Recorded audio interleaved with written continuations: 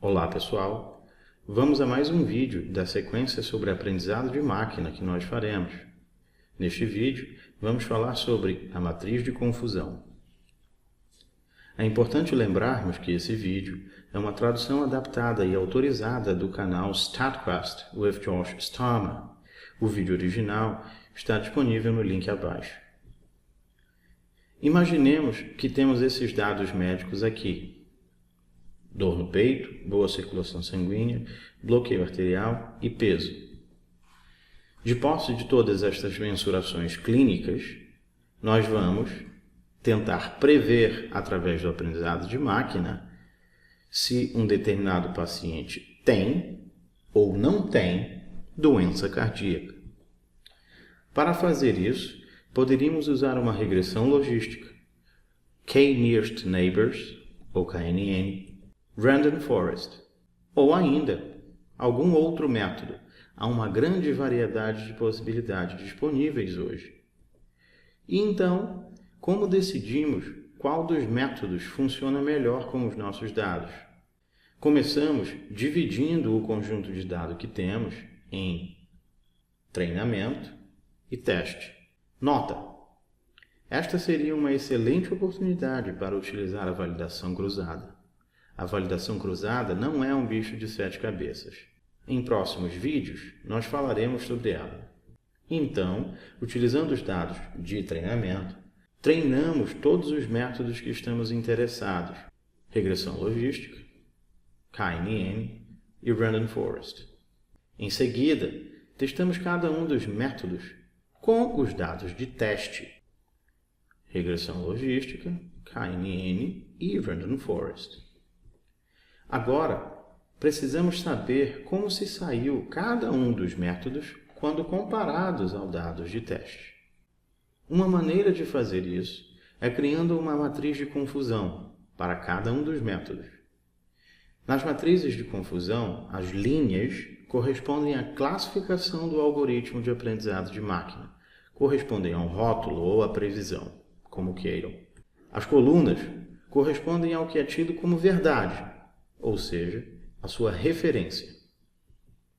Como existem, nesse caso, apenas duas categorias para se escolher, ter doença cardíaca ou não ter doença cardíaca, no canto superior esquerdo temos verdadeiros positivos.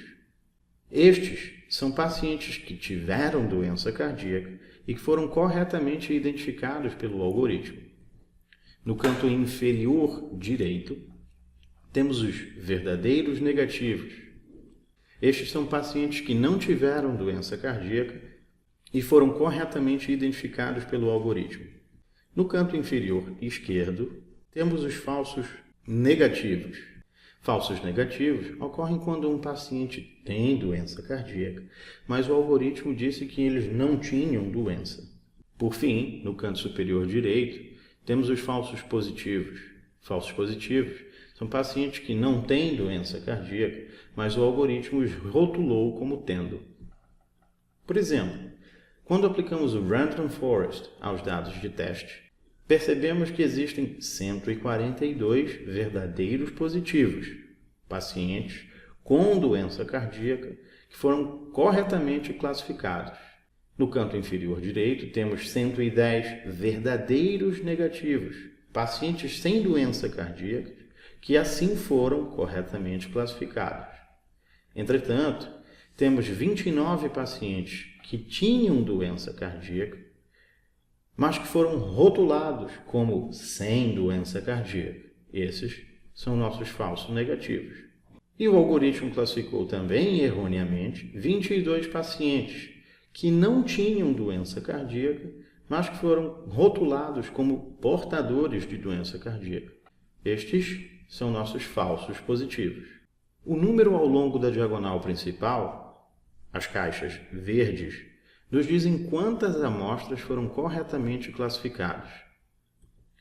Os números que não estão na diagonal, caixas vermelhas, são amostras erroneamente classificadas pelo algoritmo. Agora, podemos comparar a matriz de confusão do Random Forest com a matriz de confusão obtida quando utilizamos o KNN. O KNN foi pior que o Random Forest na previsão de pacientes com doença cardíaca, 107 versus 142.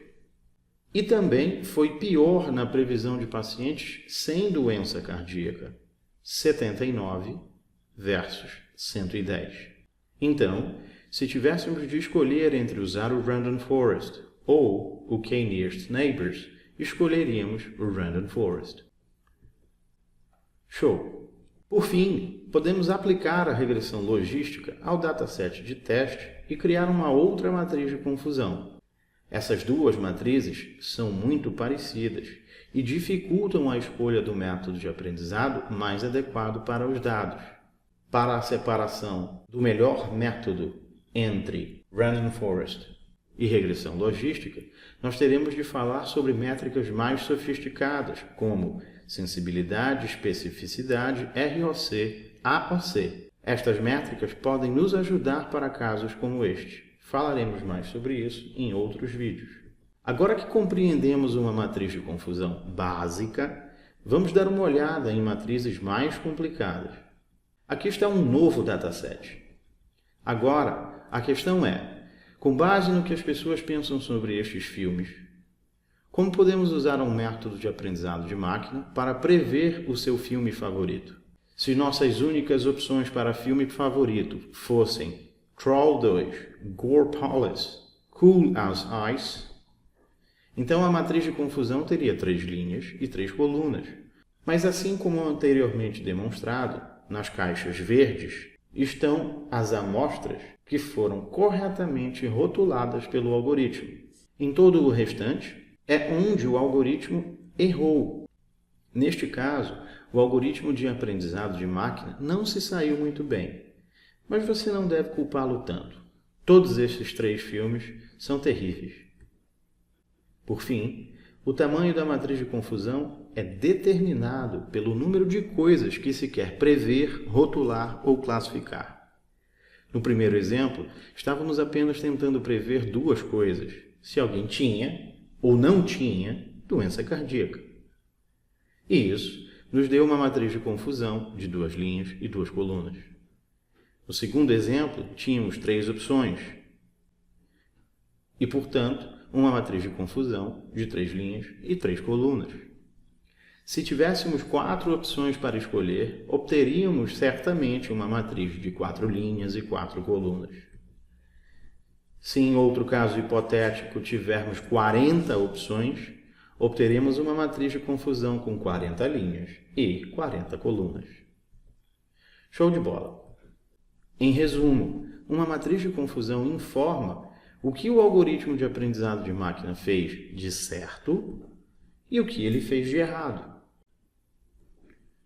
Assim, nós chegamos até o fim de mais um de nossos vídeos. Se você gostou desse vídeo, inscreva-se nos canais StatQuest para receber estes vídeos em inglês ou Solved Scholar, onde fazemos a adaptação do conteúdo para o português. Muito obrigado.